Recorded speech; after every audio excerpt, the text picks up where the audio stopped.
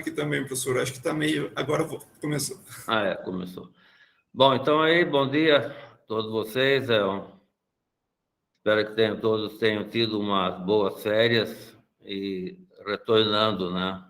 A gente esperaria que esse retorno fosse presencial, mas ainda vai continuar sendo remoto por algum tempo. Essa é uma aula introdutória, né?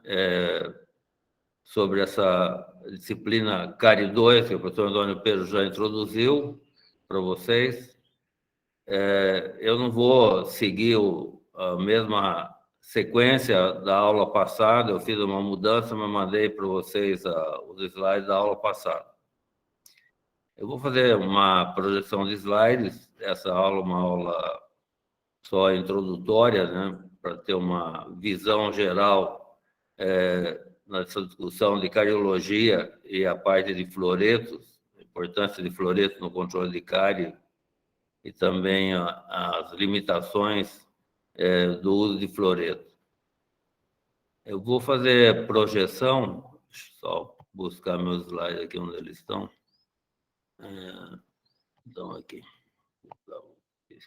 Alguém dá um alô se está tudo correto? Está aparecendo, professor. Obrigado. Está aparecendo, está caminhando. Tá. Está indo assim. Bom, então, essa é uma aula introdutória, né? Introdutória ou inaugural dessa disciplina.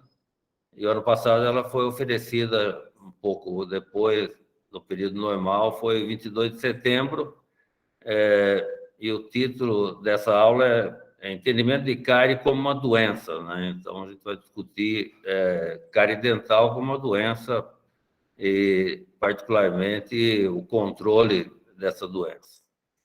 Então, a diferença desse ano é que essa aula está sendo ministrada hoje, agora já basicamente entrando no calendário normal, hoje já em começo de agosto, e o objetivo dessa aula é o mesmo, né? Tentar introduzir para vocês o entendimento de cárie como uma doença. Então, eu tenho um lema não só de vida científica como vida pessoal, que nosso conceito determina nossas ações. Então, o que nós somos como pessoa dependeu de toda a nossa estrutura familiar e nossos valores de vida que nos foram passados pelos nossos pais, sabe? E até foi dia dos pais, pai é homem, né? Pai é homem, domingo. Não é diferente do ponto de vista profissional.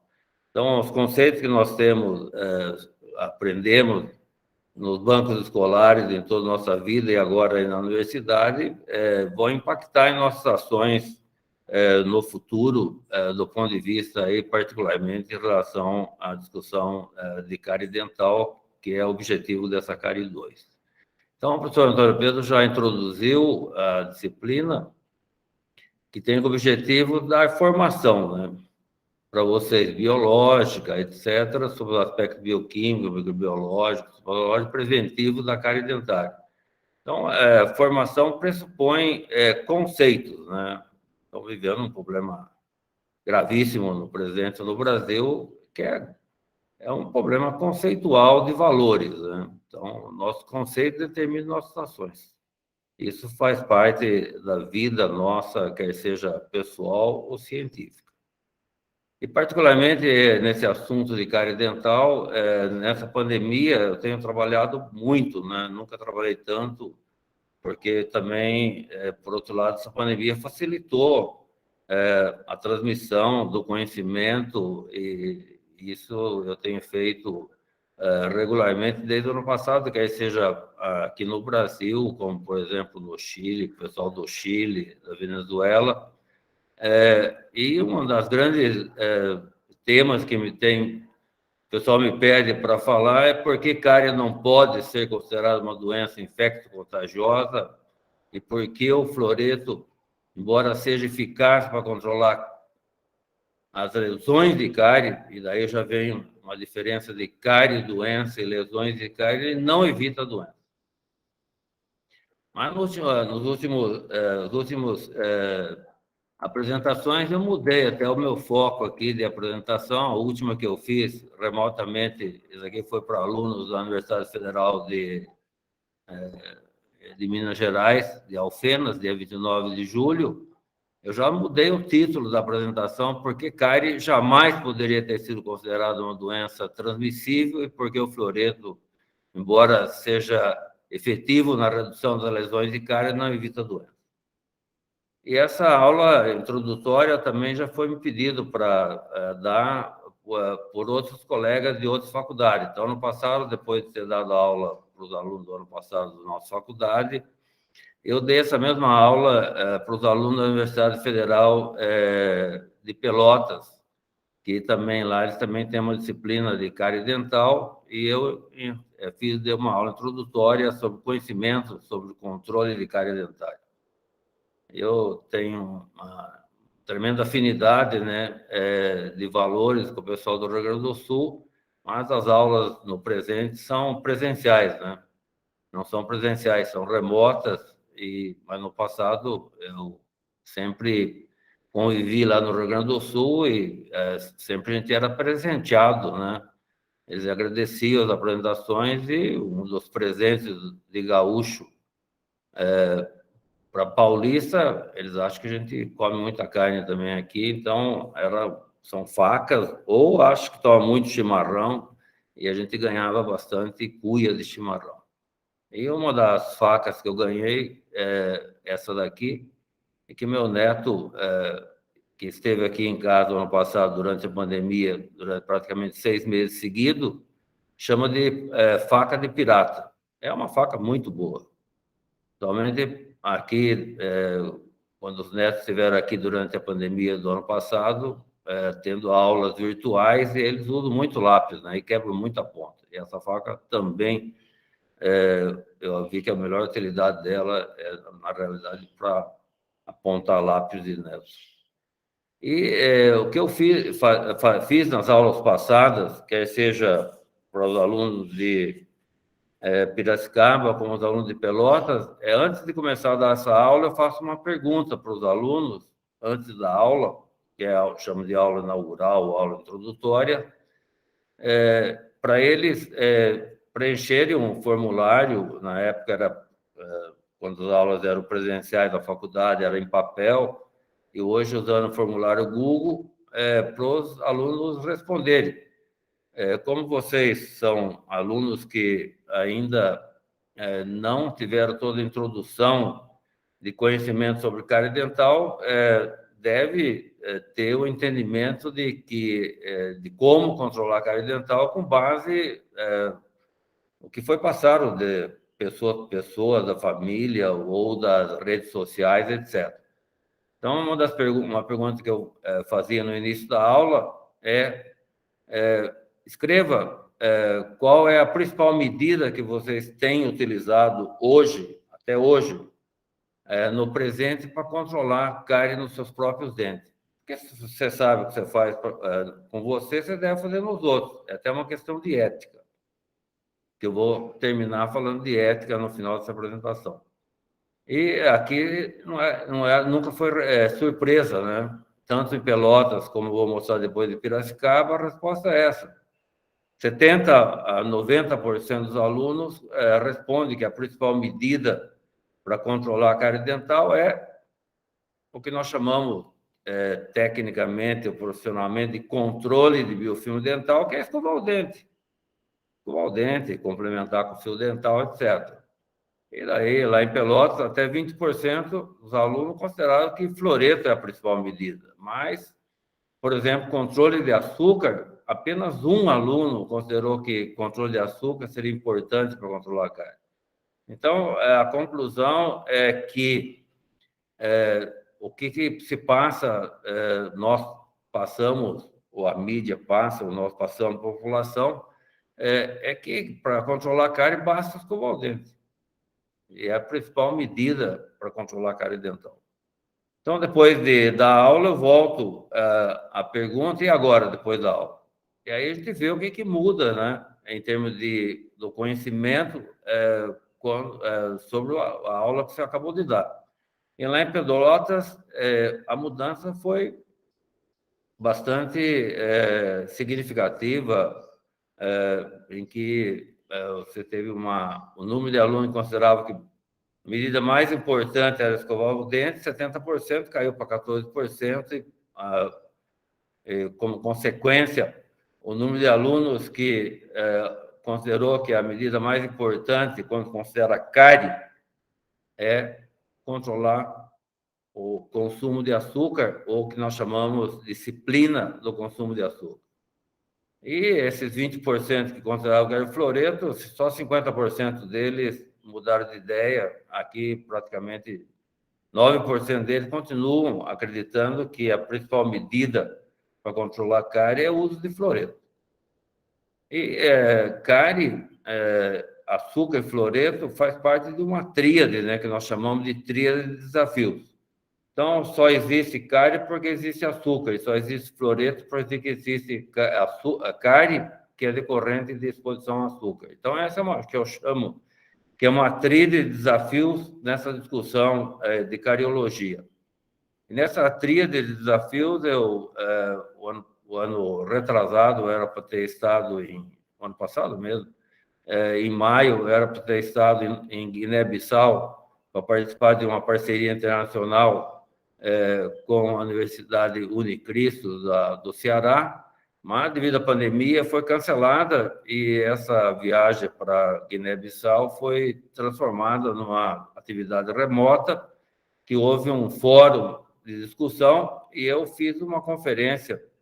E a conferência que eu fiz chamou cárie, açúcar e fluoreto, uma tríade de desafios. E essa tríade de desafios é internacional. Não é coisa do Brasil, é coisa do mundo inteiro, mas particularmente países que ainda não foram atingidos pela cárie dental, como é que se controla essa doença. E de tudo que aconteceu nessa pandemia, nós não viajamos para Guiné-Bissau, mas da apresentação que eu fiz no fórum dessa discussão, saiu um capítulo de livro sobre Brasil, Guiné-Bissau, caminhos e conquistas entre a educação e saúde bucal. E nesse capítulo de livro está a conferência que eu fiz, e nessa introdução eu deixei claro qual era o meu ponto de vista, e com base no conhecimento do desafio dessa tríade.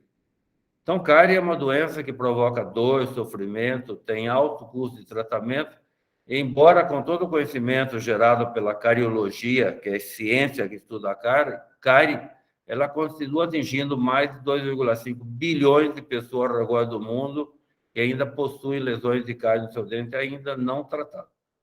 Então, qual a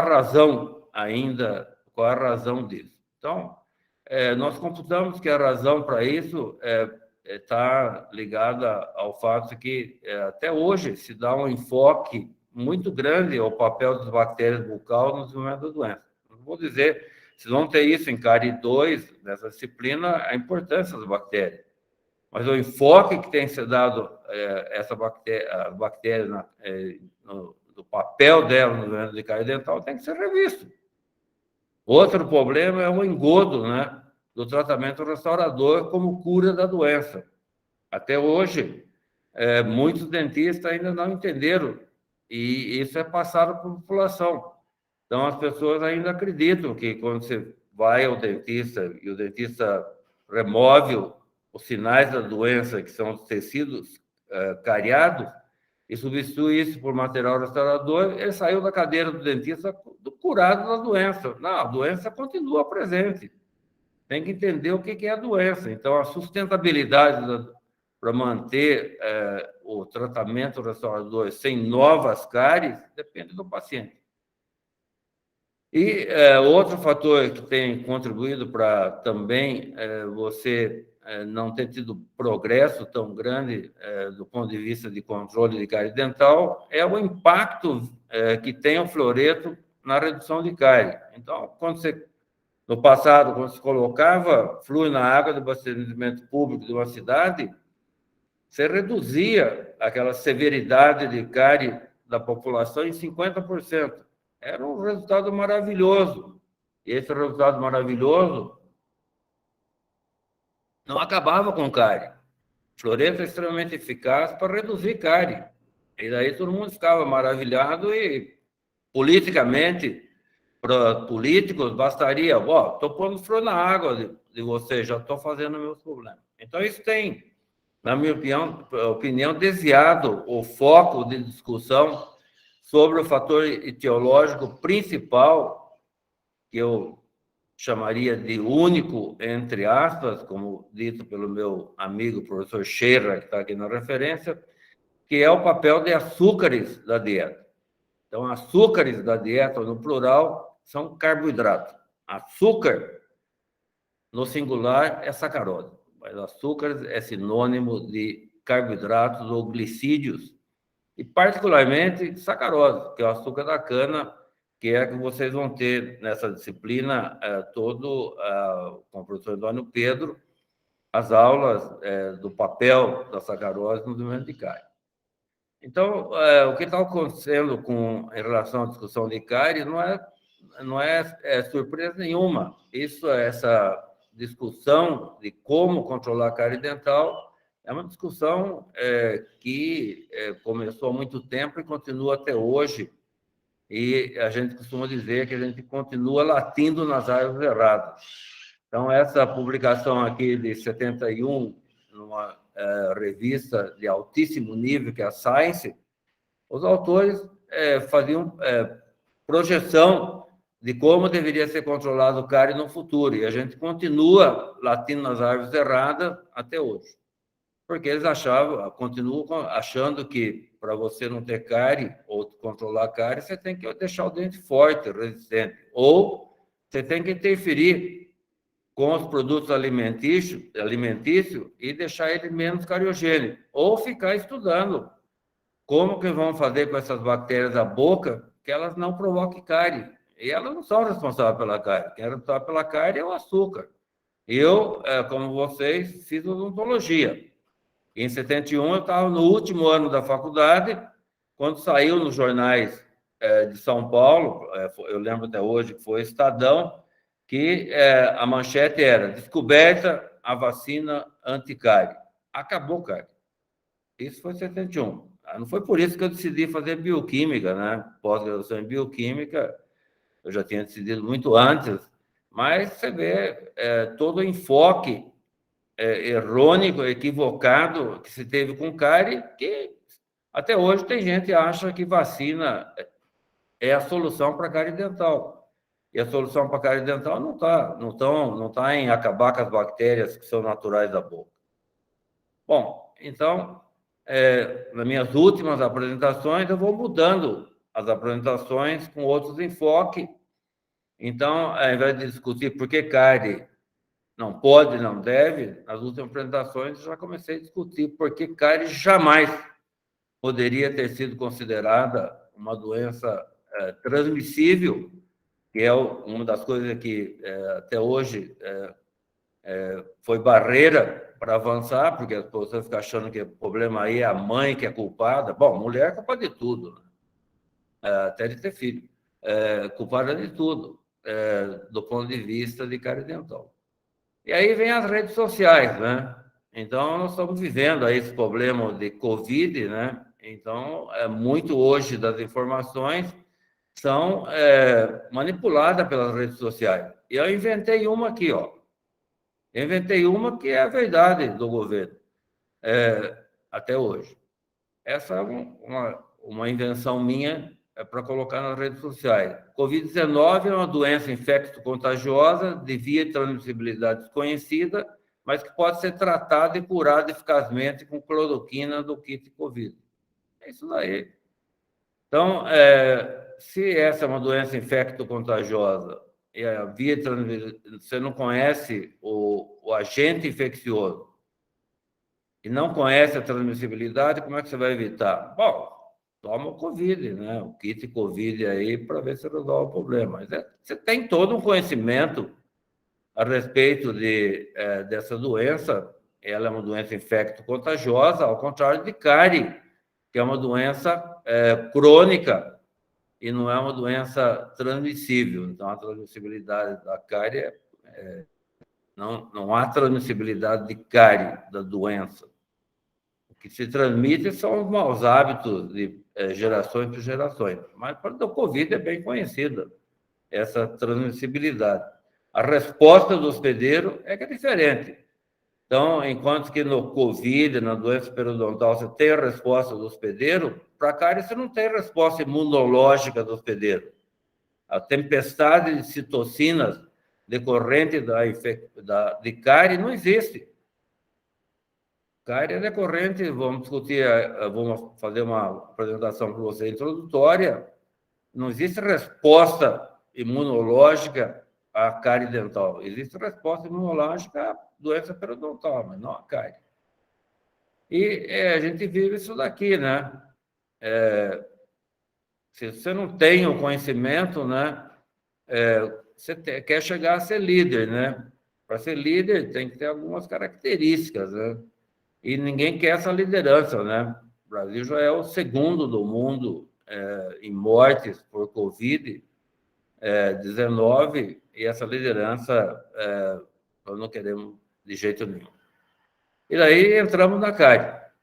Então, essa discussão de cárie é uma discussão que nós fazemos no Brasil há mais de 20 anos, digo 30 anos, mas só começou a mudar essa discussão de cárie conceitualmente em 2015, num congresso que eu estive presente também em Bruxelas, na Bélgica, em que houve um simpósio que se discutiu.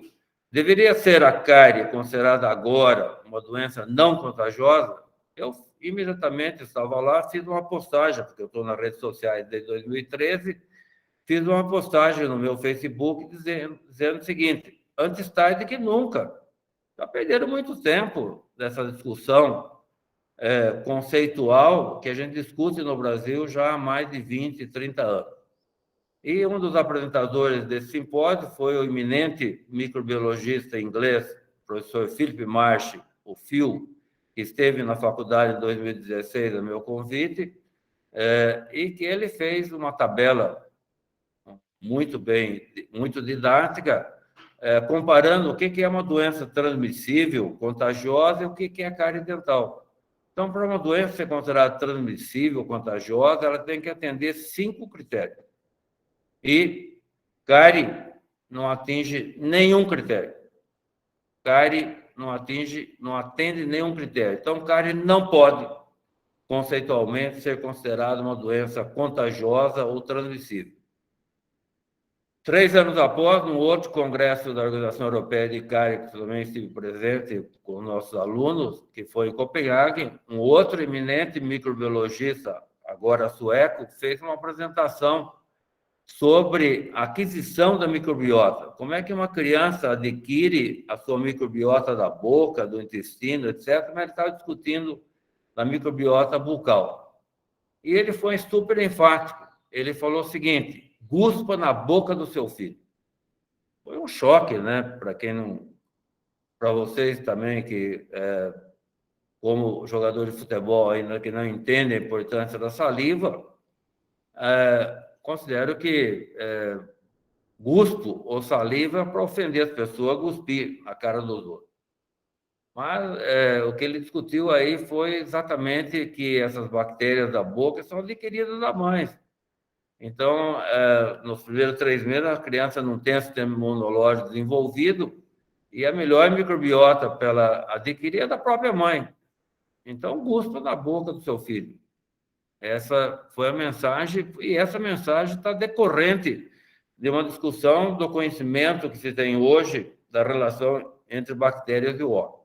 Mas essa relação, particularmente em relação à cárie dental, essa relação de bactérias e o homem, até hoje a gente é refém da tríade de Cais. Aqui está escrito em espanhol, porque foi uma apresentação que eu fiz em 2011 na Colômbia, a convite para discutir cárie dental, discutir conceitos de cárie. Eu falei lá para eles que a gente é eterno refém dessa tríade de cáries, que no passado eu adorava também essas tríades, adoro até hoje, para dar aula é super didática. Eu ia lá para o quadro, desenhava com um giz azul um círculo e escrevia dente. Desenhava com um giz vermelho um círculo e escrevia açúcar. Desenhava bactérias em preto, branco, o que fosse, e falava o seguinte: na inter-relação desses 3 fatores, você vai ter cárie. Daí eu traduzia embaixo com uma equação química, que é meu forte. Dente mais bactéria mais açúcar dá ácido e ácido dá cárie. Todo mundo entendia, né? Mas o que isso tem a ver, né? Daí vieram os conceitos, né? Esse conceito aí, como controlar a cárie? Vamos matar as bactérias, né? Ou dar um jeito de evitar a transmissibilidade. Aí, nesse próprio congresso de Medellín, na Colômbia, eu fiz toda uma discussão. É realmente cárie uma doença transmissível? E aí, lá em 2011, 7 anos antes dessa conferência que houve em Copenhague, eu já tinha colocado lá no meu slide. As bactérias são adquiridas do meio ambiente onde as crianças vivem. E bactérias adquiridas não provocam doença. Elas são naturais da boca. Então, o que são transmitidos são os maus hábitos. Então, cárie não pode. E por que não deve, né? Não deve por causa disso, porque incita a estratégias equivocadas no controle. Por exemplo, o uso de antibacterianos.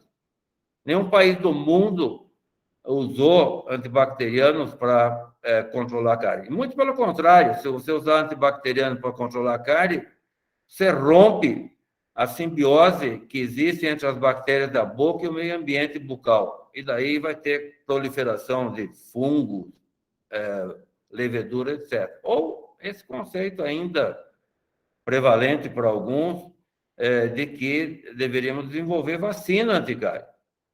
Conceito totalmente equivocado. E aí vem a discussão de cárie, doença e seus sinais, né? Até hoje, a odontologia, nós e a população sofre consequência disso, é não entendimento do que é cárie e o que a gente vê na boca. Então, isso que nós vemos na boca dos pacientes são sinais da doença. Então, nós, dentistas, somos extremamente eficientes para tratar essas lesões de cárie dental, mas não para evitar a doença ou controlar a doença. Para controlar a doença depende do paciente.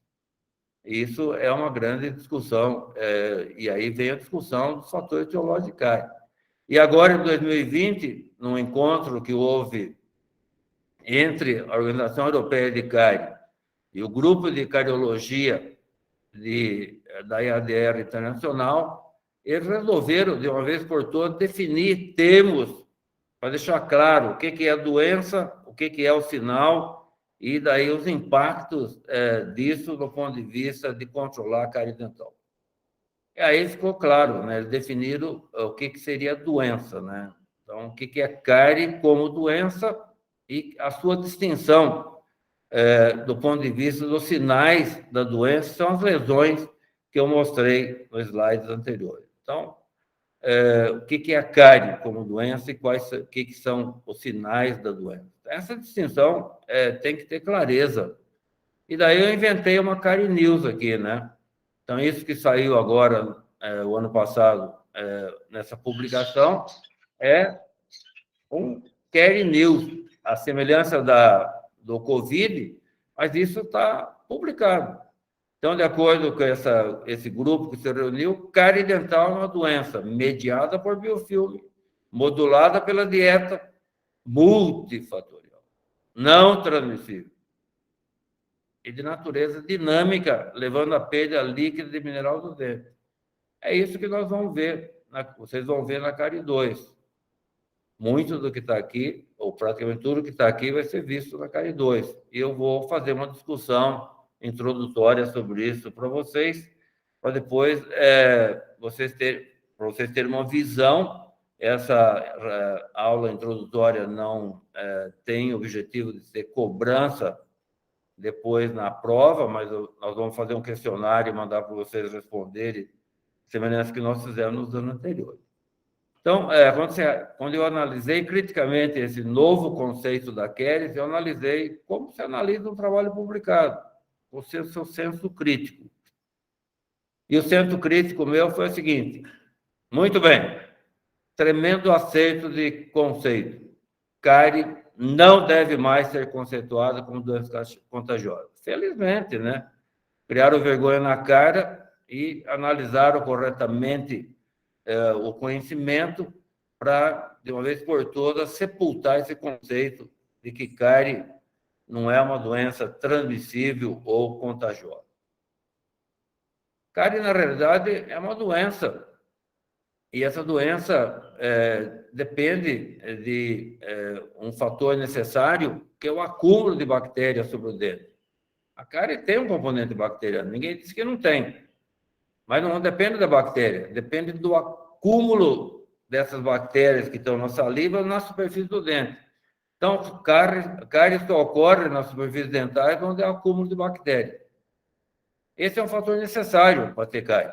Aí você pode ter cárie de dentina, cárie de esmalte, cárie na raiz, etc., que vai ser lesões de cárie. Então, esse é um fator necessário. Então, é necessário que as bactérias que estão na saliva e vivem na saliva grudem no dente e vão se acumulando. Se elas não se acumularem, você já não tem o fator necessário para ter cárie dental. Mas o que é determinante para a cárie dental? Então, é necessário ter acúmulo de bactérias sobre o dente, mas não é suficiente. Você pode ter acúmulo de bactérias no dente a vida toda e não ter cárie, perder os dentes por doença periodontal, se você tiver uma tempestade de citocina. O que é preciso para ter cárie? Você precisa dos açúcares da dieta. E o papel dos açúcares da dieta na cárie dental mudou muito, né? Tem muitos dentistas ainda que não entenderam isso. Ainda estão entendendo aquela equação que eu coloquei lá, matemática ou química, de Paul Kais lá, que é açúcar mais dente dá ácido e ácido da cárie. O papel dos açúcares no desenvolvimento de cárie é muito mais grave do que nós conhecemos. De fato, os ácidos vão dissolver os minerais do dente, porque vocês já aprenderam na cárie 1, porque esses minerais do dente são solúveis em ácido. Mas os açúcares provocam, antes de provocar essa desmineralização ou a dissolução dos minerais do dente, os açúcares mudam a composição e estrutura dos biofilmes. Então, esse é um conceito importante, né? Que vai ser revisto nessa cárie 2. E quando você fala de açúcares, né? São os carboidratos da dieta, que também já foi chamado pela Organização Mundial de Saúde de açúcares extrínsecos, açúcar livres, que eu não sei o que é isso, e que é melhor conhecido por açúcares de adição, que é aqueles açúcares que você adiciona a produtos da dieta, facilitando ou estimulando o seu consumo pela população. E entre esses açúcares de adição, obviamente, quem é o mais comum é a sacarose, e é o mais cariogênico. Então, a sacarose é o mais cariogênico dos açúcares da dieta, e isso vocês vão ver nessa cárie 2, com o professor Antônio Pedro. Eu fiquei responsável pela parte de floretos. Então, cárie dental, na realidade, é uma doença bacteriana, mas antes de bacteriana, é uma doença biofilme. Esse acúmulo e organização das bactérias sobre o dente e a sua frequente exposição ao açúcar que vai levar ao desenvolvimento das lesões de cárie. E os açúcares da dieta têm esse papel fundamental de mudar a composição do biofilme e provocar, consequentemente, a degeneração do dente. Então, onde você vai ter cárie? Onde acumula bactéria? Onde acumula bactéria? Está aqui, ó. O cara escova, veio aqui, está brilhando o dente. Está escovando, mas aqui ele não está bem escovado, você tem um acúmulo de bactéria. Olha aqui, acúmulo de bactéria. E aqui você tem as lesões de cárie. Então, isso aqui, você tem aqui a doença decorrente desse acúmulo de bactérias sobre o dente e exposição frequente a açúcar, que vai levando, é uma doença crônica, que vai levando a dissoluções progressivas de minerais do dente, que no início você não enxerga, porque elas são subsuperficiais. Você pode ver uma manchinha branquinha, como você vê aqui, que não cavitou ainda, ou em volta da cavidade aqui, que está branquinha aqui, que não cavitou ainda, mas a superfície quebra e tem um buraco, que é a cavidade. E os açúcares mudam esse biofilme. Esse é um trabalho muito antigo que nós fizemos, colocando esses aparelhinhos na boca de voluntários, com bloquinhos de dente, e avaliando o biofilme formado, o acúmulo de bactérias sobre esses dentinhos, quando foi gotejado aqui durante 30 dias e não for escovado leite. No leite tem lactose. Formou biofilme. Agora, o que as pessoas fazem, né? Toma o leite com sacarose. Pega o leite, põe uma colher de açúcar e toma. Quando você põe açúcar no leite, o que acontece? A lactose, que não é um açúcar que provoca uma desbiose como a lactose, com a sacarose, faz isso daqui, ó. Então, olha agora esses dentinhos que estavam aqui, teve acúmulo de biofilme na presença de lactose, quando tem lactose mais sacarose, quer dizer, leite açucarado. Olha isso daqui e veja isso daqui. E veja isso daqui. E aí, isso aqui que é o problema, que é a discussão que nós vamos fazer. Eu, nas redes sociais, tenho tentado me comunicar com os colegas dentistas sem muita bioquímica, né? Mas com vocês vai ser bioquímica mesmo, né? Não tem escapatória. E daí vocês tiveram na biociências a estrutura da sacarose, tiveram na biociência a estrutura da lactose, e aí vem a discussão, né? Por que esses dois açúcares são tão diferentes, se são disacarídeos, né? E por que são tão diferentes do ponto de vista de cariogenicidade. Aí eu criei um diálogo aqui a glicose conversando com a frutose, e ela justificando, né? Porque nós somos o mais cariogênico dos açúcares da dieta, porque nós estamos ligados com essa ligação aqui, que é diferente dessa ligação aqui, e a galactose conversa com a glicose aqui, ligada na galactose, e explica por que ela é menos cariogênica, por que a lactose é menos cariogênica do que o açúcar. E o açúcar, sacarose, está presente aqui, agregado ou açúcar adicionado a produto da dieta, enquanto que a lactose é o açúcar natural do leite. Que é natural, não deve ser tão prejudicial. Pelo menos é a lógica da natureza. E cárie é uma doença, né? E hoje, para facilitar a comunicação, hoje se diz que cárie é uma desbiose provocada pelo açúcar. E daí, o que é uma desbiose provocada pelo açúcar? Então, as bactérias são naturais da boca, né? Elas vivem na boca, em simbiose. Essa simbiose pode ser rompida. Por exemplo, se você tomar antibacterianos, um antibiótico seguido, mata todas as bactérias da boca. Daí, o que vai acontecer? Você rompe a simbiose. Quem que vai ganhar na competição? Micro-organismo oportunista. Vem uma levedura lá e toma o lugar desse meio ambiente bucal. E o açúcar entra nessa linha de raciocínio, né? As bactérias são naturais, só que para elas sobreviver na boca, elas têm que grudar em algum lugar. A única superfície do organismo não descamável é o dente. A bactéria não é burra, né? Então, vou grudar no dente, porque ao contrário da superfície da língua, da mucosa, que a célula descama, o dente, felizmente, não descama, eu vou ficar lá, eu posso sobreviver lá no meu meio ambiente. E aí, o que ocorre naturalmente, as bactérias formam naturalmente biofilme. Mas o que ocorre quando nós comemos açúcares regularmente? A gente muda o meio ambiente. Esse meio ambiente em que as bactérias estão aderindo ao dente provoca uma mudança ambiental devido à diminuição do pH, que leva a uma mudança ecológica nessa seleção bacteriana sobre a superfície do dente. E a seleção pode ser feita por açúcares não tão cariogênicos, como a sacarose, glicose, frutose, que provocam uma desbiosinha, particularmente quando você tem carboidratos naturais. Amido, lactose, amido vegetal e lactose são carboidratos naturais.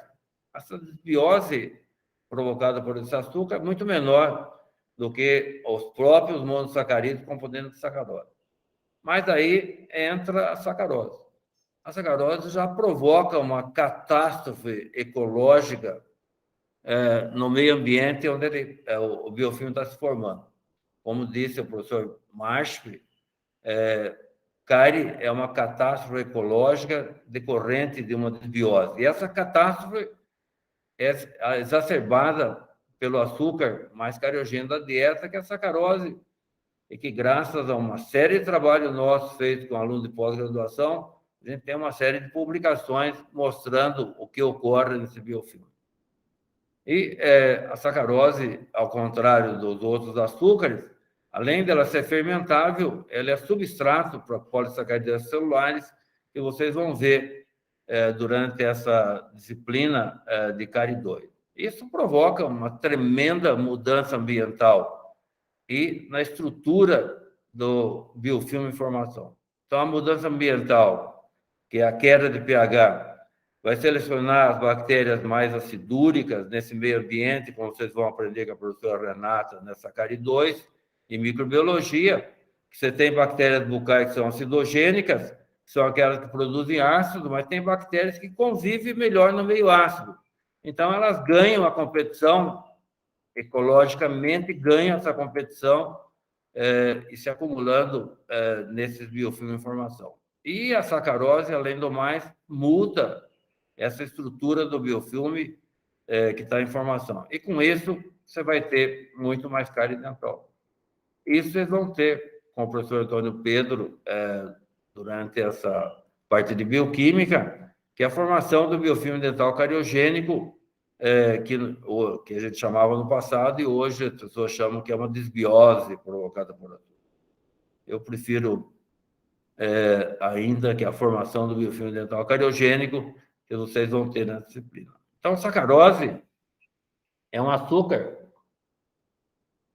que provoca uma desbiose no meio ambiente, e essa desbiose é maior do que a provocada pelos outros açúcares da dieta. Então, é uma desbiosona, né? Em termos dos seus impactos que ocorrem com o dente. Isso vocês já tiveram conhecimento em biociência da estrutura da sacarose, comparado com glicose e frutose. Então, sacarose é 60% mais cariogênico do que esses dois. E ambos são fermentáveis, mas sacarose tem atributos, e esse atributo de sacarose é conhecido há muito tempo, né? Se alguém está com saudades de aulas presenciais, eu estou muito mais, né? Porque eu sempre fui professor de quadro negro. Eu sempre enfrentei aluno e quem quer que fosse, sem precisar de projeção de slide. Eu ia lá no quadro e demonstrava o que eu queria demonstrar, e fazia isso daqui. Hoje vocês têm aí o Dr. Google para consultar, o professor Antônio Pedro mostrou todos os acessos a material para vocês estudarem. Mas em 78, quando eu fazia 4 anos que eu era professor da faculdade, os alunos não tinham aonde estudar. E aí a gente fazia apostila para os alunos. E essa daqui é um desenho de uma apostila dos alunos de 78. E é o que eu fazia no quadro. Eu ia lá no quadro e desenhava isso daqui. Eu desenhava um dente, falava que isso aqui era um dente para eles entenderem. Isso aqui é dente, entendeu? Metade de um dente. É um molar. Bom, deve ser um premolar. Mas daí desenhava um biofilme aqui.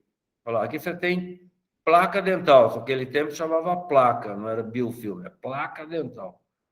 E daí o pessoal hoje não entende essas mudanças de terminologia, que chegou em biofilme, porque biofilme não é placa, biofilme é um tipo de placa, ou placa é um tipo de biofilme. Mas aí o papel da sacarose, quando a sacarose, você utiliza sacarose, ela é fermentada ácido. Mas a grande mudança que ocorre aqui é a síntese de polissacarídeos acetilais. E naquele tempo a gente não tinha como mostrar isso e a gente fazia um desenho aqui no quadro, como se fosse uma rede. Os polissacarídeos seriam uma rede, aprisionando as bactérias, facilitando as bactérias de ir no dente, deixava o dente poroso, para o açúcar entrar mais rapidamente aqui para dentro do biofilme e também para reter o ácido. E agora, mais recentemente, né, o professor Antônio Pedro fez esse desenho que hoje você vê que o que a gente fazia no passado fica muito mais didático no presente. No passado eu chegava no quadro lá na faculdade, no centro da sala, antes dos alunos entrarem na sala, eu deixava a tela abaixada, já fazia esse desenho. Aí, quando o aluno chegava, eu levantava. Aí começava a discutir. Então, eu imaginava que a formação de um biofilme do lado direito, na presença de sacarose. Formação de biofilme do lado esquerdo, na presença dos seus monossacarídeos componentes. E aí discutia o que acontecia, né? Queda de pH, a formação do biofilme, e isso é hoje suportado por análise em microscopia eletrônica de transmissão, em que você vê aqui as bactérias, e entre as bactérias você tem aqui esses polissacarídeos. Ou no confoco, como mostrado aqui pelo professor Antônio Pedro, que tem dado um avanço nesse conhecimento nas pesquisas feitas no nosso laboratório. E que está nesse material que eu mandei para vocês ontem, para vocês darem uma lida de um capítulo de livro decorrente de uma conferência que eu fiz em 2017, que acabamos escrevendo depois esse capítulo sobre cárie dental e fluoreto.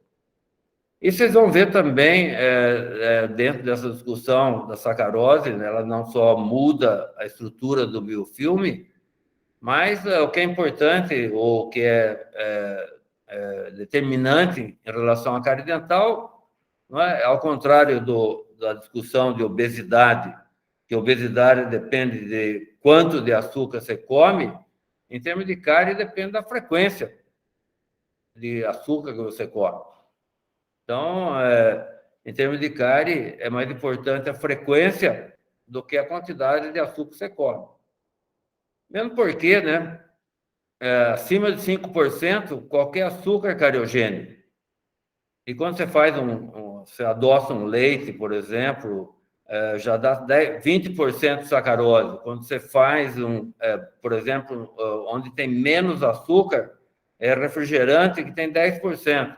Então, na discussão do ponto de vista real, qualquer açúcar, qualquer produto da dieta que você coma que tenha sacarose, ele é cariogênico, porque todos eles têm mais de 5%.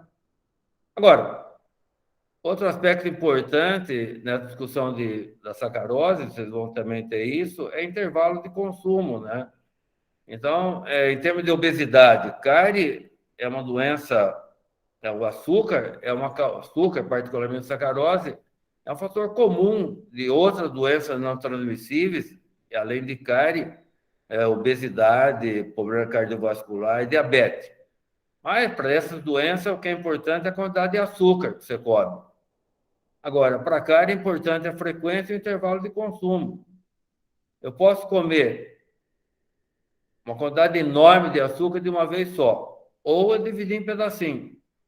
Se eu dividir em pedacinhos, eu vou comendo um a cada 45 minutos, ou um a cada 1h30, quanto mais eu espaço esse intervalo para comer aquela mesma quantidade de açúcar, mais cárie eu vou ter. Isso é super interessante nessa discussão da cárie 2. E indo para o conceito atual emanado aí pela Organização Europeia de Cárie e o grupo de cariologia da IADR, eu fiz uma análise crítica, como se fosse um Cárie News 2020, que houve um tremendo acerto. Cárie não deve mais ser conceituada como doença contagiosa. Mas aí, veja lá, modulado pela dieta. Entre os açúcares da dieta, entre os produtos da dieta, açúcares são as causas únicas de cárie, e sacarose é o mais cariogênico. Então, churrasco não é cariogênico, né? Porque cariogênico é açúcar, lipídio não é cariogênico. que é modulado pela dieta? Dieta única pouco. Então, por que não embute aqui no conceito claramente que a cárie é decorrente do açúcar? E depois vem, de novo, um outro conceito que sempre é utilizado para a gente ficar dando desculpa para não resolver o problema de cárie. Ah, não tem como resolver cárie. Cárie é uma doença multifatorial. É muitos fatores para ser envolvido. Análise crítica. Os fatores etiológicos responsáveis pela doença são apenas 2. Acúmulo de bactérias nas superfícies dentais e na forma de biofilme. Sua exposição frequente a açúcar da dieta. Considerado respectivamente como necessário, mas não suficiente e determinante, sem o qual a doença não se manifesta. Todos os demais são modificadores da gravidade do desenvolvimento da doença. Todos os outros fatores são modificadores da gravidade do desenvolvimento da doença. E isso vocês vão ter na discussão aqui na CARI 2. E nossos conceitos, os conceitos impactos nas ações. Aí, o ano passado, eu perguntei para os alunos da faculdade, baseado nesse novo conceito emanado aí pelo grupo de cardiologia da ORCA e o americano, que cárie é uma doença. Projetei para os alunos e pedi para eles preencherem, responderem um formulário do Google, formulário do Google. Cárie é uma doença mediada por biofilme, modulada pela dieta, deixei exposto lá na projeção e eles foram respondendo. Agora, baseado nesse conceito, perguntei: como vocês agora controlariam cárie? Esse foi para os alunos da faculdade do ano passado. Como vocês controlariam o cárie? Qual a medida mais importante para controlar a cárie que vocês adotariam, baseado nesse novo conceito da ORCA 2020 e ADR? Então, isso aqui foi antes da aula. Então, antes de eu dar aula, os alunos da faculdade, como os de Pelotas, 86% dos alunos responderam que a medida mais importante para controlar cárie era escovar o dente. Respondia o que a mídia fala todo dia. Escova seus dentes. Seu pai fala todo dia. Seu avô também. Escova o dente, escova o dente, escova o dente. É um bullying para escovar o dente. Aí, 86% escovar o dente. Aí, antes da aula. Quando eu coloquei no meio da aula esse conceito da ORCA para os alunos responderem, e cárie, voltando lá para vocês voltarem a entender. Cárie é uma doença mediada por biofilme, modulada pela dieta, multifatorial, não transmissível e de natureza dinâmica, levando à perda líquida de mineral do tecido duro. Me responda agora. Baseado nesse conceito, o que eu vou fazer? Você tem um cara da população, você fala, cárie para mim, cárie é o seguinte, cárie é uma doença mediada por biofilme, modulada pela dieta, multifatorial, não transmissível, de natureza dinâmica, levando à perda líquida de minerais do tecido duro. Agora, resolve o problema. Aí é isso aqui, né? Não tem como resolver o problema. Qual a ação que você vai tomar? 55% dos alunos voltaram a afirmar que era escovar os dentes.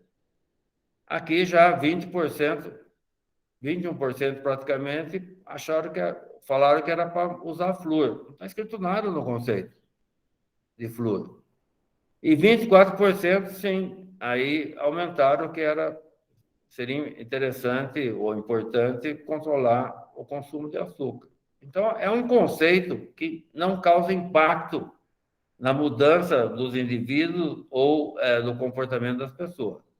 E eu dei a minha aula no passado, como estou dando esse ano, e no final da aula voltei a perguntar para os alunos: e agora? Depois dessa aula, como é que vocês controlariam o cárie nos seus dentes? Então, ao contrário desse conceito aqui da ORCA, que é um conceito amplo e não provoca mudança na pessoa do ponto de vista de estratégias ou medidas para controlar a doença, a aula minha teve impacto, né? Esse ano não sei qual impacto está tendo, que eu mudei a aula, mas a gente, como a semelhança dos alunos de Pelotas e a semelhança dos alunos de 2019 que for aula presencial, foi exatamente igual. Então, mostrando que essas aulas que vocês estão tendo virtuais, elas estão tendo desvirtudes de a gente não ter contato social, mas do conhecimento ele não mudou nada.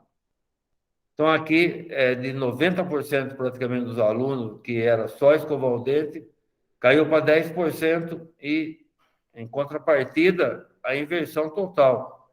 82% dos alunos passaram a considerar que, do ponto de vista de cárie, a medida mais importante para controlar a cárie é controlar o açúcar. É controlar o açúcar. Escovar o dente faz parte. Então, o que a gente tem desse problema, nesse conceito aqui da Kelly? Esse conceito de multifatorial. Esse conceito de que cárie é uma doença multifatorial é um retrocesso enorme, embora ela seja multifatorial, do ponto de vista de ações. Não estou dizendo que ela não é multifatorial. E vocês vão ter isso nessa disciplina. Hoje mesmo vocês vão já ter discussão da saliva. Saliva é importantíssima. Mas o que a saliva tem de impacto em relação à cárie? A saliva modula. A saliva não evita a cárie. A saliva modula. Se você não tem saliva, a cárie progride mais rapidamente. Isso vocês vão ter hoje. A saliva tem várias funções. Por exemplo, a função de proteger o dente, de ativar a mineralização, etc. Micro-organismos. Sim, são importantíssimos micro-organismos. Só que a organização desse micro-organismo sobre os dentes são importantes. Então, você vai ter micro-organismos que são acidogênicos. Eles fermentam os açúcares em ácido, mas tem os acidúricos. E vocês vão ter o papel, a importância desse micro-organismo, vai ser todo discutido nessa cárie 2. Também nessa cárie 2 vai ser visto que cárie é uma doença biosocial.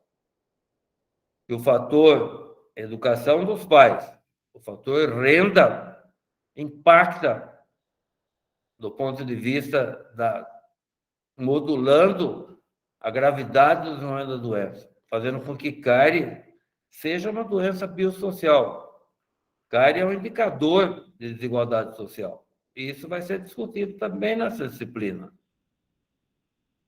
Ninguém está dizendo nada, mas o que está ocorrendo, o que a gente está discutindo é uma análise crítica do ponto de vista disso não ser repassado à população em relação ainda ao fator causal de cárie, como a etiologia da doença, que é o papel importante do açúcar.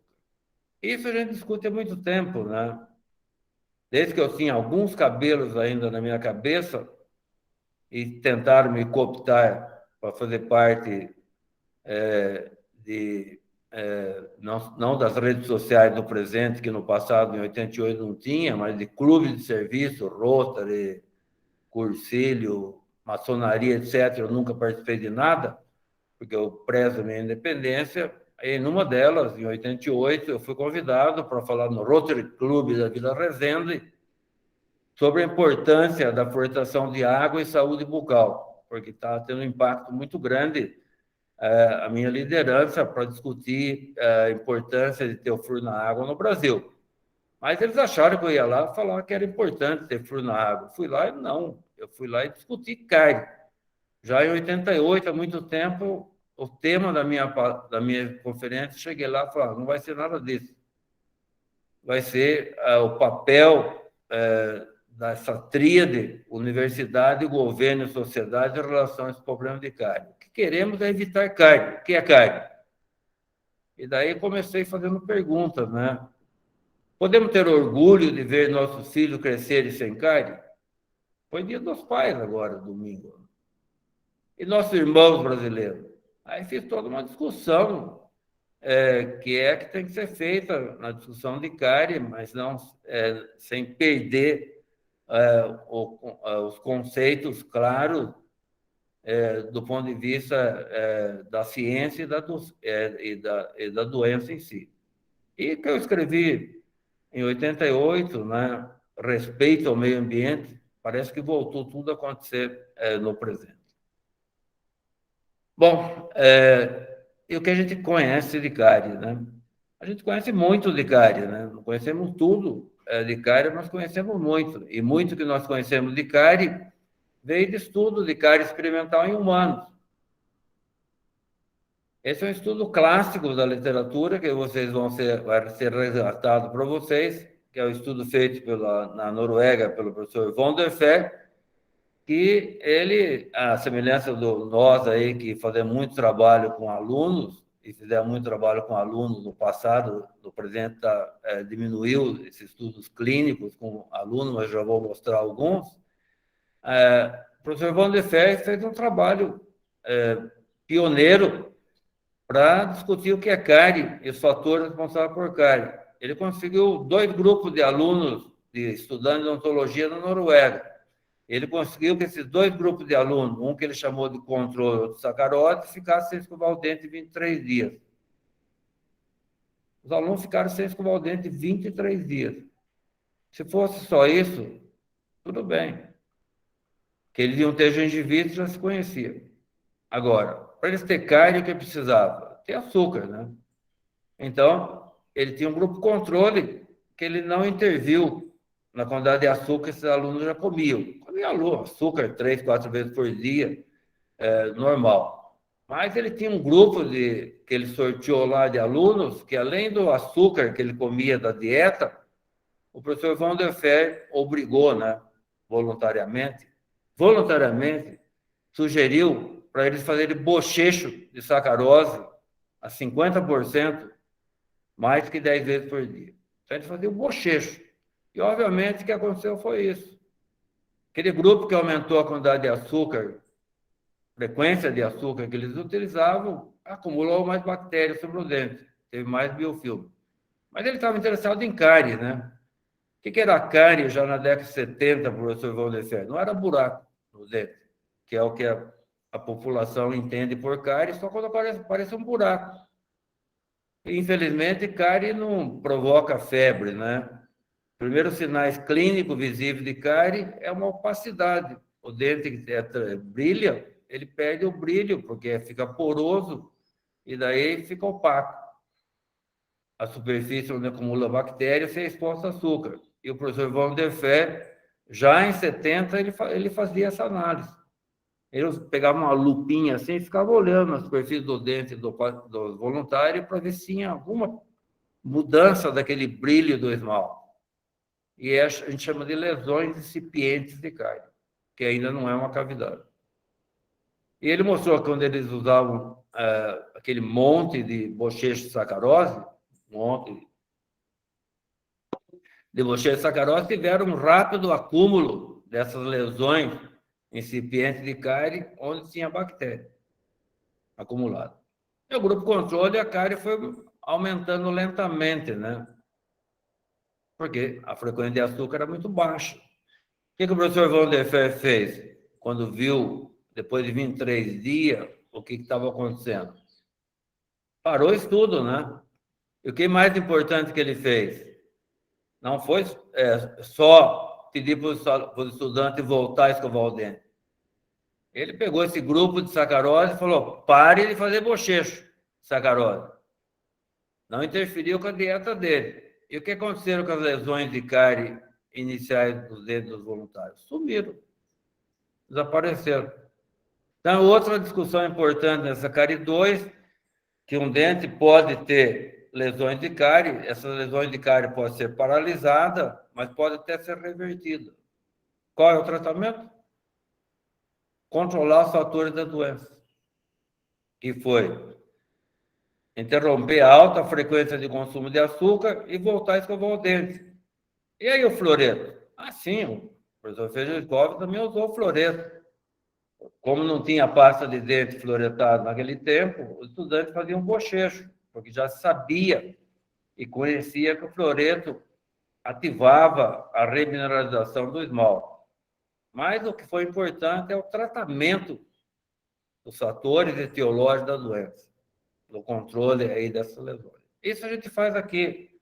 Fazemos ainda em Piracicaba, a faculdade, esse é o modelo de desenvolvimento de cárie chamado modelo de Piracicaba, e que fizemos inúmeras de pesquisas e nós devemos todo esse trabalho aos estudantes da faculdade, de graduação e pós-graduação, que não tendo nenhuma cárie nos seus dentes, quando a gente coloca na boca do estudante uma placa palatina aqui, e nessa placa palatina colocamos bloquinhos de esmalte, e o estudante expõe, tira da boca esses aparelhinhos, goteja açúcar sobre cada bloquinho desse, alimenta as bactérias de Piracicaba são muito magrinhas, e elas passam pelos buraquinhos da tela aqui, caem sobre a superfície do dente e se acumulam.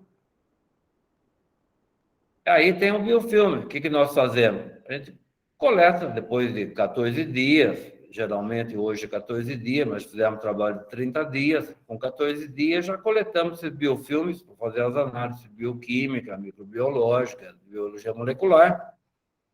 E limpamos os dentinhos, né? E analisamos nos dentinhos o que está acontecendo. O que a gente vê no dente? A gente submeteu esses bloquinhos de dente à doença. O paciente não teve cárie, mas esses bloquinhos de dente, onde houve acúmulo de bactéria e houve um aumento da frequência de exposição a açúcar, a gente teve lesões de cárie visíveis. Aqui tem a manchinha branquinha, né? Chama lesões de cárie incipientes, clinicamente visíveis. Nesses dois dentes eu não vejo as lesões de cárie. Qual foi a diferença?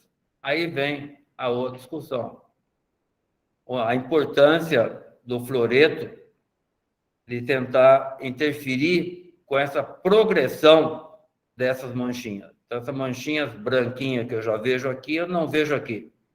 O fluoreto está retardando, interferindo com esse processo de cárie.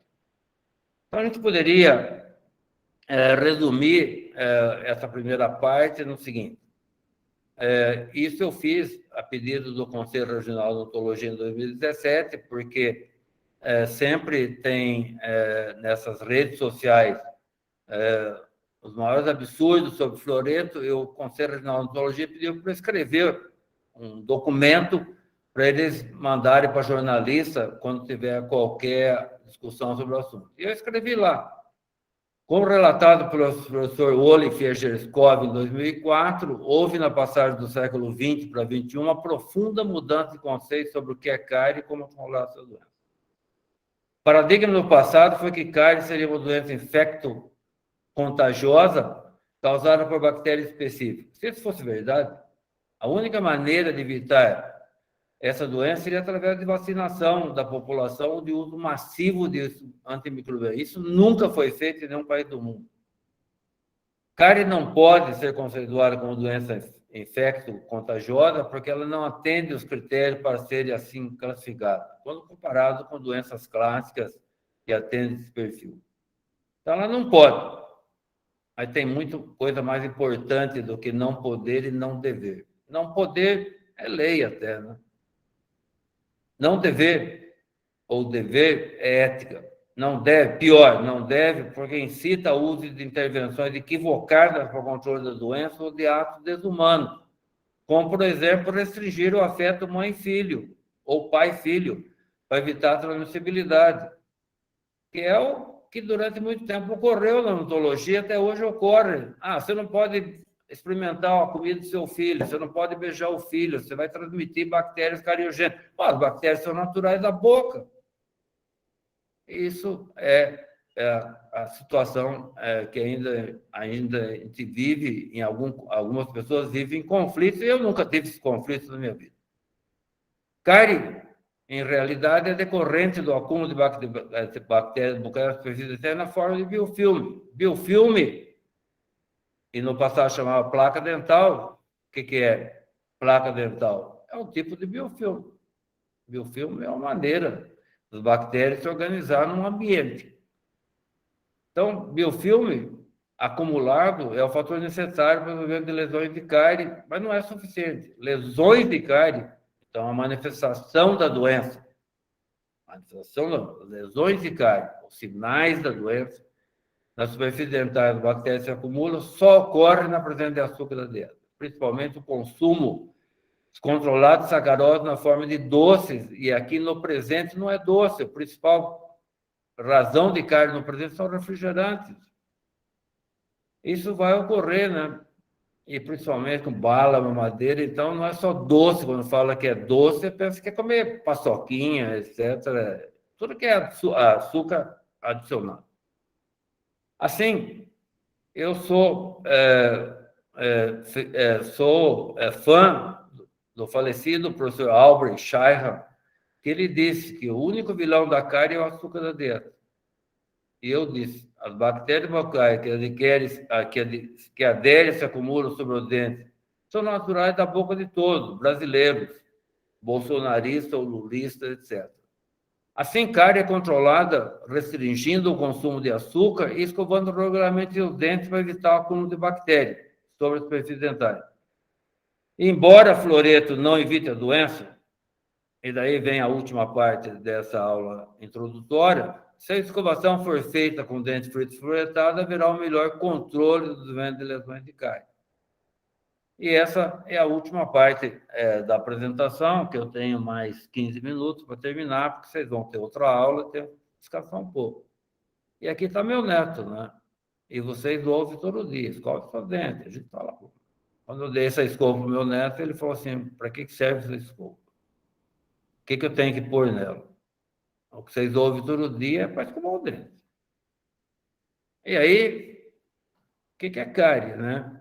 Então, cárie é uma doença, né, em que as bactérias estão envolvidas. Essas bactérias salivares são naturais da boca, elas são adquiridas das mães ou cuidadores.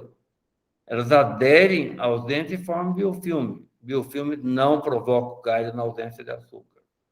Então, o conceito de cárie deve ser muito claro para daí entender o efeito do fluoreto. O fluoreto não impede que as bactérias salivares grudem no dente. O fluoreto não evita que os biofilmes transformem açúcar em ácido, que leva a desbiose. O mecanismo de ação do fluoreto, que vocês vão ter nessa cárie 2, é um fenômeno, é um mecanismo físico-químico. Toda vez que você ingere açúcar, o pH cai e o dente sofre desmineralização. Se o fluoreto estiver presente, ele reduz a quantidade de mineral que foi dissolvido. E, particularmente, quando o pH volta ao normal, a saliva tenta repor os minerais perdidos pelo dente. Ela é eficaz e repõe minerais perdidos pelo dente. Vocês vão ter aula de saliva nessa cárie 2, mas, quando o fluoreto está presente, ele melhora essa propriedade remineralizante salivar. E daí a gente entra na última parte aí, que que vocês vão ter na cárie 2, que é a importância de usar fluoreto no controle de cárie. E que também mudou totalmente o conceito. Nosso conceito no passado era esse. A gente tinha que beber ou comer flúor. Se não tivesse água, fluoreto na água, a gente deveria dar suplemento de flúor, medicamento fluoretado, porque a gente acreditava que o mecanismo de ação da água fluoretada era esse daqui. Você ingeria fluoreto, ele ia para o sangue, do sangue, ele atingia os dentes de formação, ia formar fluorapatita no dente, ia deixar o dente resistente aos ácidos produzidos pela bactéria, um dente forte, e você não teria cárie. Na realidade, o mecanismo de ação não é esse. A água fluoretada é importante, né? Toda vez que eu bebo a água, eu aumento a quantidade de fluoreto na boca. Toda vez que eu como um alimento preparado com água fluoretada, eu aumento a quantidade de fluoreto na boca, e esse fluoreto presente na boca interfere com o processo físico-químico de desenvolvimento de lesões de cárie. Age na des e age na re. Só que não evita a doença, reduz as lesões. E esse conceito é um conceito que a gente tem trabalhado muito tempo, né? E antes, né, no quadro negro, antes, né, com projetor de slide, hoje com multimídia, você também tem que trabalhar esse conceito, e eu vou aproveitar isso para introduzir para vocês aí o que está acontecendo com o Covid, né? e as mudanças de conceitos, né? Conceitos mudam, né? Aí o que acontece? O dogma central da biologia sempre foi esse, né? Todo DNA vai dar RNA e esse RNA dá proteína. É o fluxo da informação genética. Do mesmo modo, né? Para floreto, o conceito era esse. Você tem um dente de formação, eu posso ter um dente forte, resistente à cárie, se eu ingerir floreto. Aí, ingerindo floreto, eu vou ter um esmalte floretado, rico de flúor, com fluorapatite resistente à cárie. Então, esse era o conceito. O que aconteceu no presente, né? No presente, você está aqui, nós estamos com um problema aí, aqui em casa, eu estou aqui em casa, vocês estão em suas casas, com essa pandemia desse vírus SARS-CoV-2, que não tem DNA, né? Mas como é que ele entra nas células nossas e consegue se multiplicar se ele não tem o DNA para dar RNA da proteína? Ele tem RNA. Aí ele inverteu o dogma, né? Ele tem uma enzima que consegue fazer a inversão do dogma de RNA da DNA, DNA da RNA e das suas proteínas, e ele se multiplica e está provocando todo esse estrago até o presente, e tem gente que nega o que está acontecendo. Do mesmo modo, para floreto, né, os conceitos mudaram. A água fluoretada é importante, mas o conceito é outro. Eu tenho um dente na boca, e esse dente está sujeito ao efeito dos açúcares da dieta, particularmente sacarose, então você vai ter aqui o processo de desenvolvimento de lesões de cárie, que toda vez que você ingere açúcar, o pH cai, você tem des, depois o pH volta ao normal, você você vai ver isso na discussão da cárie 2, mas se eu tiver floreto ao mesmo tempo presente, o que vai ocorrer? Eu vou ter uma redução dessas lesões. Por quê? Eu vou ter menor desmineralização com maior remineralização. E daí você vai ter redução das lesões de cárie. E, com isso, o floreto aumenta no dente. Mas esse aumento do floreto do dente é consequência desse mecanismo de ação e não a razão da redução de cárie.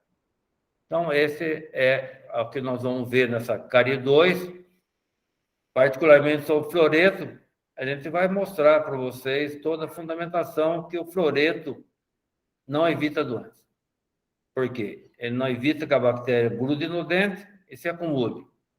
Não evita que as bactérias transformem açúcar em ácido, porque a concentração de floreto não é suficiente, mas ele tem um tremendo efeito de redução de cárie. Então, ele não evita a doença, mas ele reduz cárie. E essa redução de cárie ocorre por um mecanismo de efeito terapêutico e local não sistêmico e não microbiológico, que é extremamente eficaz. Então, isso a gente vai ter todas as aulas com vocês sobre esse assunto.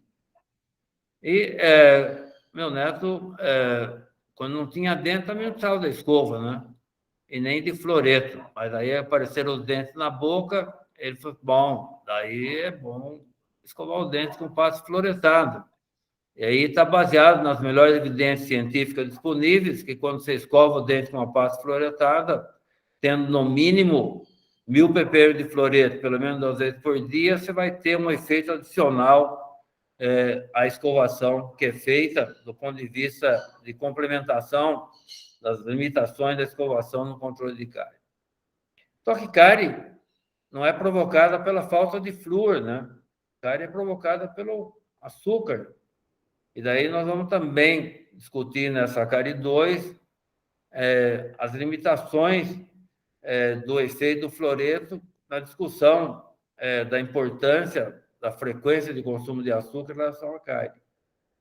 Então, você tem bases de estudos que mostram que se você não usa floreto, escova o dente com uma pasta não fluoretada, por exemplo, 3 vezes por dia de exposição à sacarose já provoca lesões de cárie. Quando está usando floreto, você tem para que ocorram essas demineralizações, a exposição à sacarose tem que ser maior que 6 a 7 vezes por dia.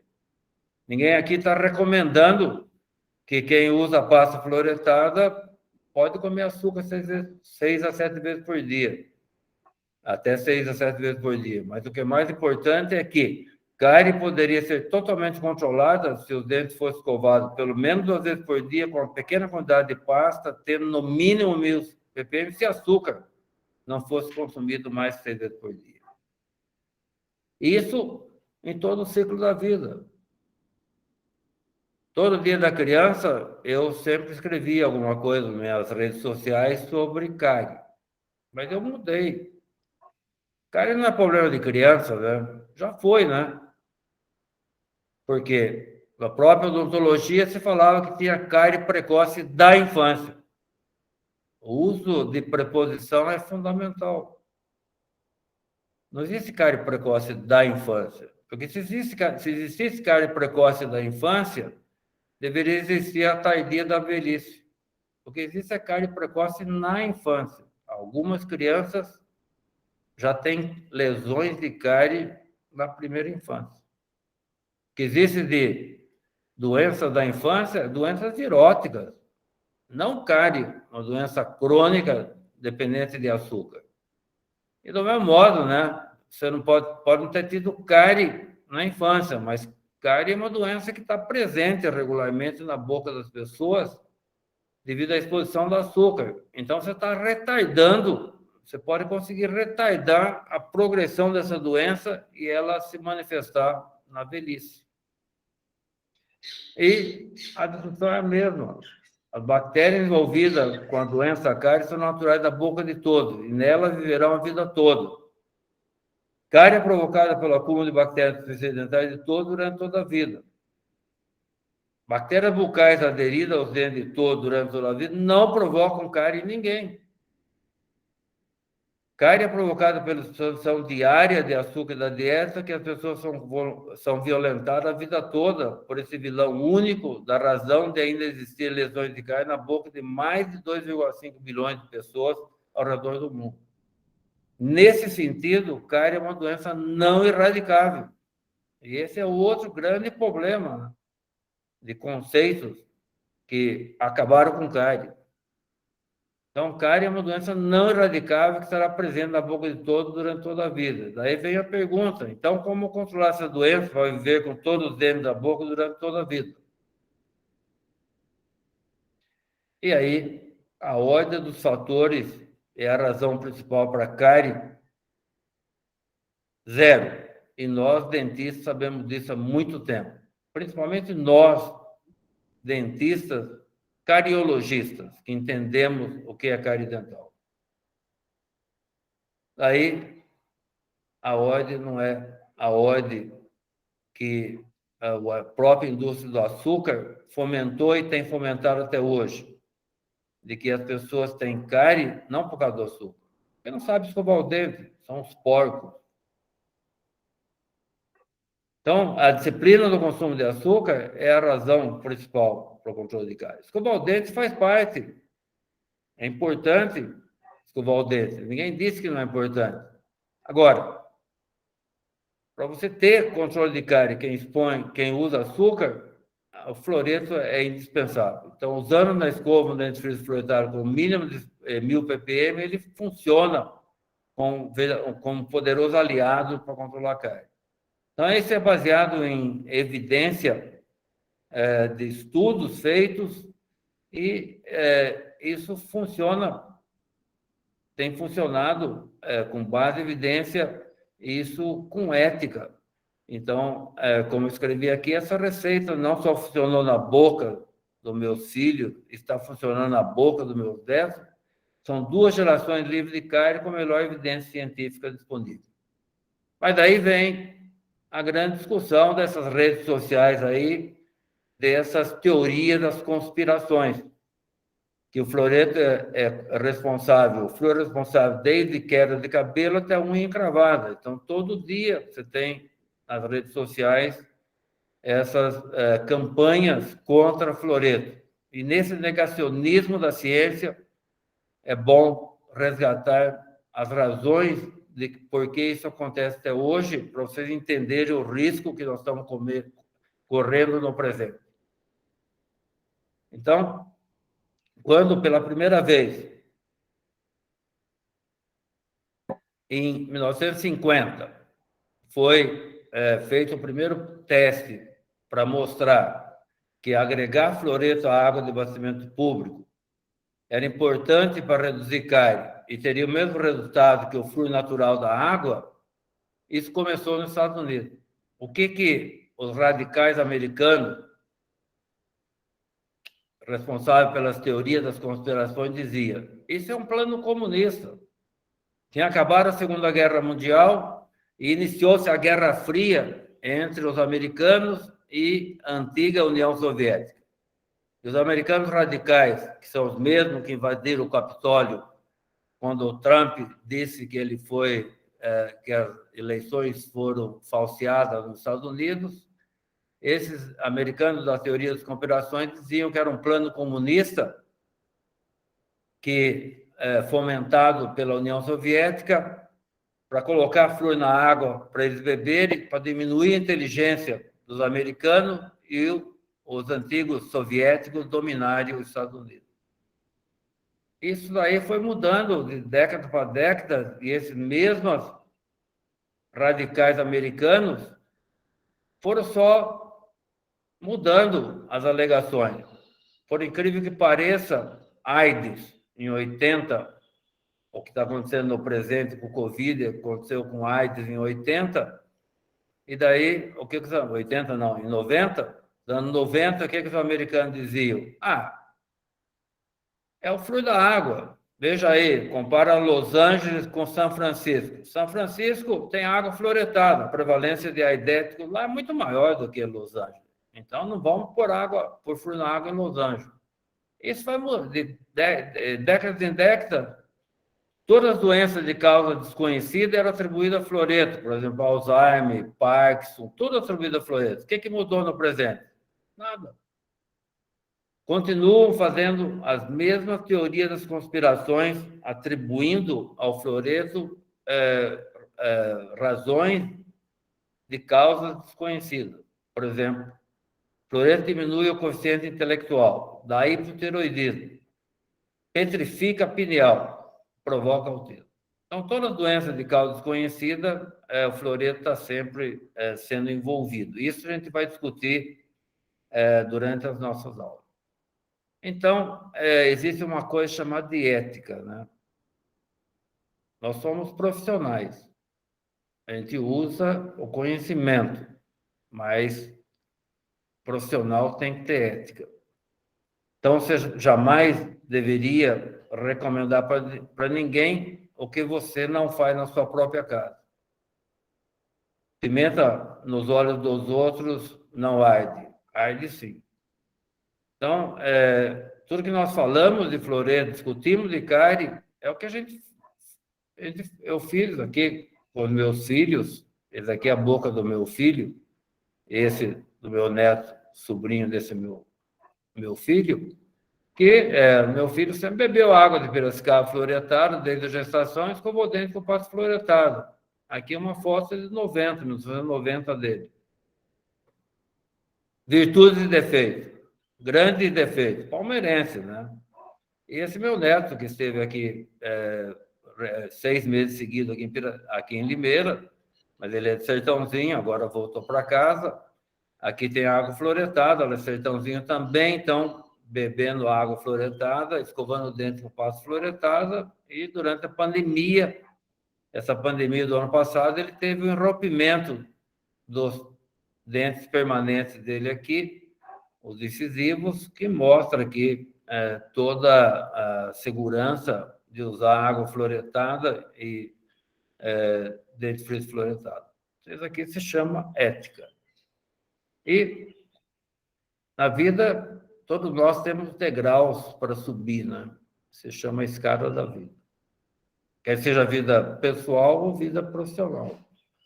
Domingo tivemos Dia dos Pais.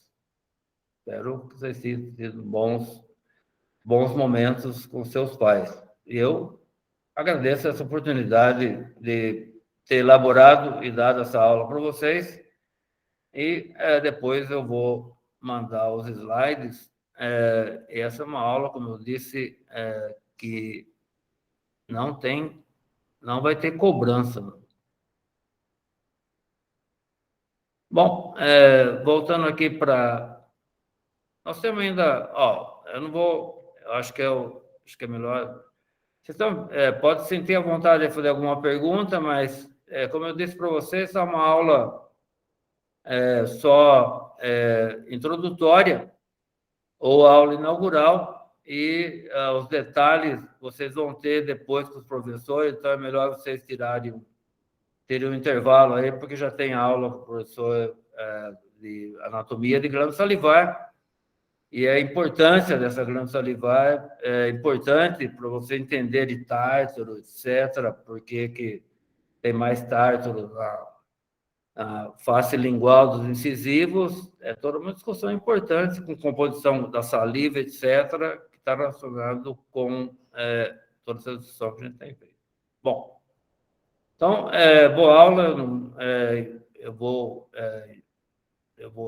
interromper e ficar por aqui, porque é uma aula só inaugural. Tchau, tchau, até as nossas aulas futuramente. Muito obrigado, professor Jaime. Bom dia para todos. Bom dia.